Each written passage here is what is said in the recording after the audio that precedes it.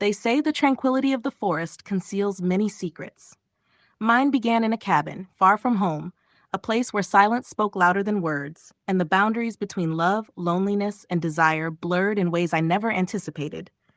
I never expected that a simple retreat would lead me to a moment I could never undo, a moment I couldn't erase from my mind. At 39, I was both a wife and a mother, though I no longer felt like either. My husband, Sorrel, had gradually turned into more of a stranger with each passing year. His work consumed him, and the few moments he spent at home were dedicated to his laptop or the TV, leaving me to take care of our son, Jason, and myself. There was no partnership, no spark, just a quiet existence that eroded my sense of self-worth. It hadn't always been this way.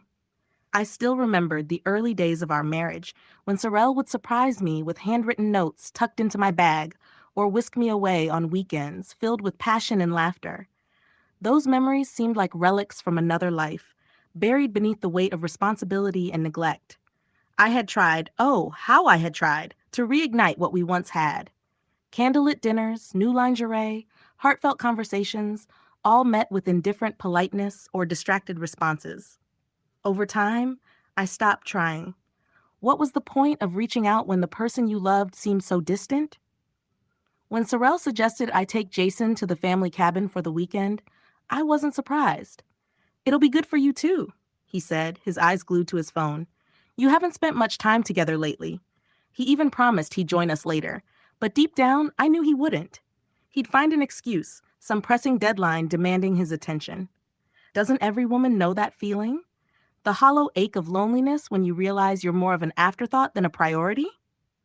Still, I agreed. Maybe I was too tired to argue, or maybe a part of me hoped I'd find something I had lost, even though I didn't know what that something was. The days leading up to the trip were uneventful, but the quiet anticipation in the air felt heavier than usual. Jason had grown distant in recent years. At 17, he was no longer the boy who would climb into my bed after a nightmare or beg me to watch his favorite cartoons. He was becoming a man, with broader shoulders, a deeper voice, and a quiet confidence that sometimes unsettled me.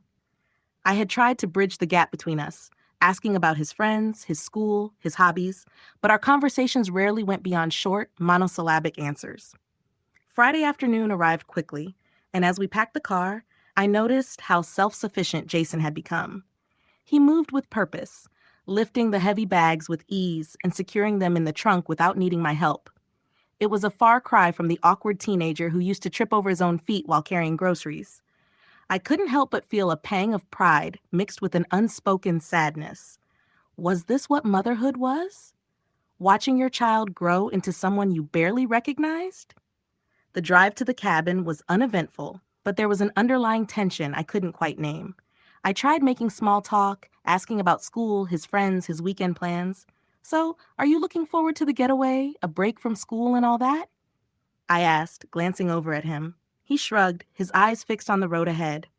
"Yeah, I guess. Just us, huh?" The way he said it caught me off guard. Was it curiosity? Amusement? I dismissed it, but his words lingered, intertwining with my thoughts. As the cabin came into view, I felt a wave of nostalgia. This place had once been my sanctuary, a retreat where Sorrel and I would escape in the early years of our marriage. Back then, the cabin had been filled with laughter, shared secrets whispered by the fireplace, and nights that ended in tangled sheets. But now it felt like an empty shell of its former self, much like my relationship with Cyrell. Jason's voice pulled me from my thoughts. "You okay, Mom?" he asked. "Yeah," I replied quickly, forcing a smile. "Just thinking about how long it's been since we've been here." He nodded, his expression unreadable. "Yeah, it's been a while." As we stepped inside, the familiar creak of the wooden porch steps brought back a flood of memories. The air inside was cold, carrying the faint scent of pine and wood smoke. Jason began unloading the car without being asked, his movements deliberate and efficient. I watched him, noticing how he carried himself now, taller, more confident. He wasn't the little boy I remembered, and the realization hit me like a shock. Later that evening, we sat by the fireplace, the flickering flames casting dancing shadows on the walls. I poured myself a glass of wine, the rich, velvety red warming me from within. "Do you want some?" I asked half-jokingly, knowing he'd decline. To my surprise, he hesitated before shaking his head. No, I'm good. His eyes lingered on me for a moment longer than I expected. There was something in his gaze, something I couldn't quite identify. Was it admiration? Curiosity? I shifted in my seat, suddenly aware of how quiet the cabin had become. The crackling fire was the only sound between us. You've grown up so much, I said softly, almost to myself. He smiled, his eyes still on mine. Yeah, I guess I have. And you don't look like most moms, you know? The comment took me by surprise. I felt my cheeks flush and laughed nervously. What's that supposed to mean? He shrugged, his expression unreadable. Just that you look different. Younger. I wasn't sure how to react. Was he attempting to flatter me, or was it something entirely different? That night, as I lay in bed, the stillness of the cabin felt louder than ever. My mind was in turmoil, replaying our conversation endlessly. Was I imagining things, or was there something changing between us? I stared at the rough wooden beams overhead, their edges softened by the faint moonlight creeping through the window. The weight of past memories collided with the uncertainty of the present, leaving me anxious and uneasy. Have you ever found yourself doubting everything you thought you knew about someone, wondering if you had missed something right in front of you all along? As I drifted into a restless sleep, I couldn't shake the feeling that this weekend would alter everything. The fire was dying down. The last logs almost burned out. I stepped outside into the biting cold to gather more wood. The logs were heavy, and as I carried them back inside, the cold air stung my cheeks. My neck ached from the effort, as it never had before. I rubbed the sore spot, feeling the tension of loneliness in every muscle. You look like you're in pain. Let me help, Jason said, his voice now carrying a deeper tone. It was strange how quickly he had matured, how he had transformed into this man, offering his assistance in a cabin where we were the only two people for miles. I nodded, unable to trust my voice. I sat down on the old creaky couch, turning my back to him and lifting my hair so he could reach my neck. His touch was gentle at first, his fingers working through the knots with a care that made my heart ache for what was missing in my life. But then his hands lingered, moving in slow, deliberate strokes that felt far too intimate for just a simple massage. I should have stopped him. I should have said something when I felt the warmth of his breath on my neck and heard the slight change in his breathing, but I didn't. I was starved for affection, for any indication that I was still desirable, still wanted. And Jason, my son, was offering me what my husband hadn't in years. As his hands moved lower, I felt a flush of heat spread through me, a mix of shame and longing. His fingertips traced the space between my shoulder blades, and I found myself arching into his touch, craving more. Was it wrong to feel this way about my own son? Had my loneliness twisted my desires into something forbidden? Does that feel better? Jason's voice was soft, almost a whisper, as if he, too, recognized the fine line we were crossing. Yes, thank you, I managed to say, my voice too breathy. I wanted to stop it, to say enough, but I couldn't. I didn't. Later that evening, the only sound in the cabin was the howling wind outside. I stepped out to gather more wood, my thoughts still lingering on Jason's touch. I slipped on the ice before I found my balance, and the shock of cold and pain hit me as I fell. Jason was there in an instant, his arms strong around me, pulling me back into the warmth of the cabin. Mom, you're hurt, he said, his concern palpable as his hands searched for injuries. I winced when he touched my calf, bruised from the fall.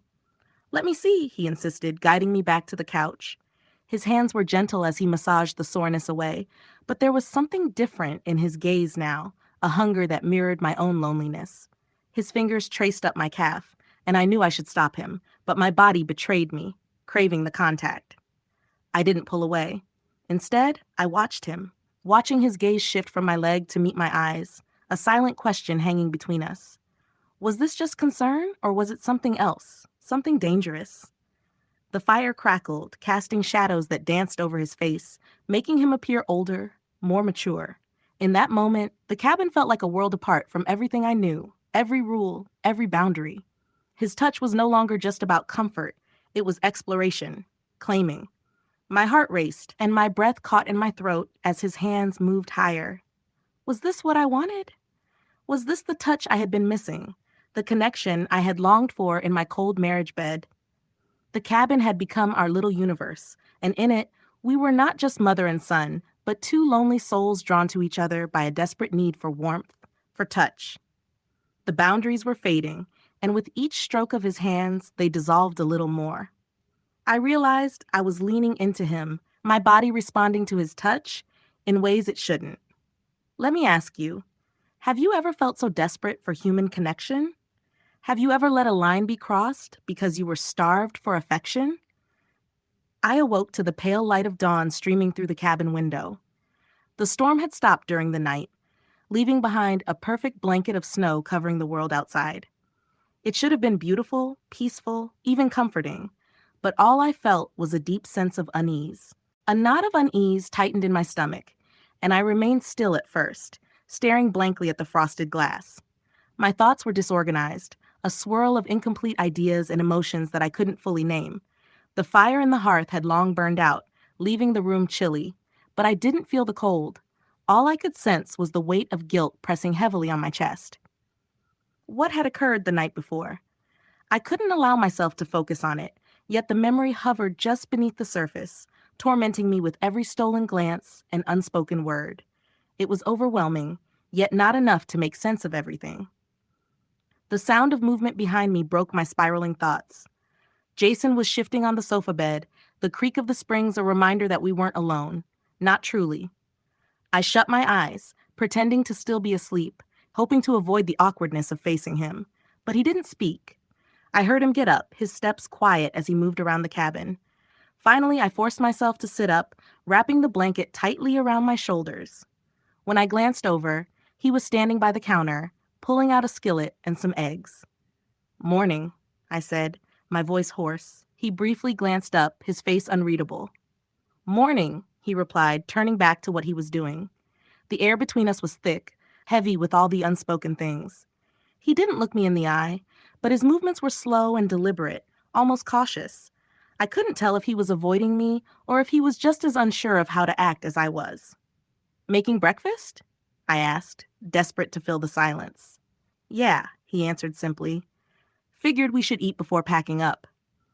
It was such an ordinary thing to say, so mundane, yet there was an undercurrent in his words, or maybe I was just imagining it.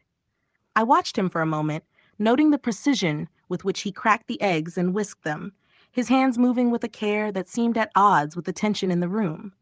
There was something different about him this morning, something quieter, more restrained. "Need any help?" I asked. He shook his head. "I've got it." We ate in near silence, the only sound the soft clink of forks against plates. I tried to focus on my food, but I could feel his gaze on me, heavy and probing. "Jason," I started, but I didn't know what to say. How could I finish the sentence?